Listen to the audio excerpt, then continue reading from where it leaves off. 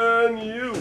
Well, when I was about 9 or 10 years old, I was laying in bed really sick, and then I felt this sharp pain in my stomach, and I don't know, I was screaming and I couldn't move or anything, and then so I had to get on the floor because my mom no one was home, and I went to go grab the phone and I had to crawl to go get it, and I called my mom screaming, and she had asked me what was wrong, and I said, I don't know, I'm in pain, and so she had to turn around to Mount Pleasant, she took me to a walk-in clinic, and then they said I had to go to the hospital, and then when we got to the hospital, they asked me how much pain I was in out of 10, and I said an 8, but I was on the floor screaming and I couldn't move or anything. How old were you?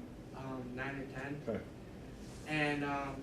And then so when I got my surgery, they found out like a part of my bowel exploded, and so I was in the hospital for a week or two. Dude, that could kill you. Yeah, it was pretty bad. And when I got out of the hospital, I couldn't play baseball because it was baseball season for a month. And so my first game when I got back, I made a diving play. And they all thought I was gonna get hurt because I just got the surgery. And well, I made the play to save the game, so we won. And this is my family. That's my dad, and he's a hard worker, and he always dresses up because he works at Chemical Bank.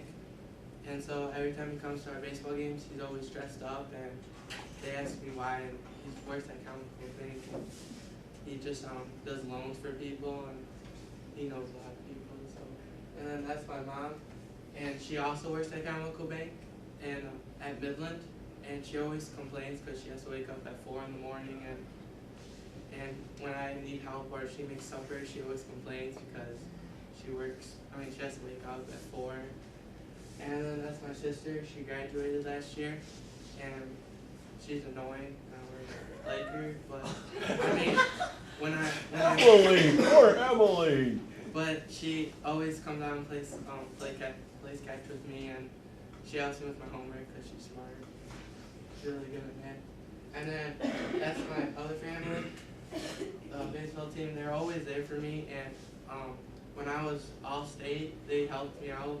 They would always come out, throw to me when I need a hit, or when I want to pitch. My friend Carter would always come catch for me. And baseball, I play baseball, and this picture right here is we always go to Florida every year for spring break, and it's always we always have a fun time. It's like a team bonding thing, and the picture upper right is my travel ball team this year, and we're called the Trigger Time. We got sponsored by a gun, like a gun place, and that's us. We won a tournament in Boyne, and that was always fun. And then the picture on the left is when we won districts this year, and that was a good time. That's me. On the right is when I got my certificate being all state, and then on the left I was the best hitter on the team and most valuable player. And then I also play basketball, and last year we didn't do so good. We were 6-13, but I always enjoy playing basketball. It keeps me in shape. And one year, it was in 7th grade. I was on an AAU team, and we played these kids who were like 6'3", 6'4", in 7th grade, and they're warming up, having a dunk contest, and that was probably my worst game ever. They beat us 140 something to 20, something like that. It was pretty bad, but that was a good time. And then this is some of my friends, and on this picture right here, when we said we won districts, we would get our coach Narker's haircut, and almost got it, but yeah. And then there's and then Steve Eisenberger, he passed away a couple days ago, and he was always a good friend in Little League, and we'd always talk about baseball every time I see him, and he would always give me a hug and tell me good job after baseball and stuff. And then that's true, and Alan was in front, but that was on the way to basketball, and they're flipping the Ithaca Stadium off when we're going there. And then that's Zach. I love, it's always fun going to shoot hoops with them.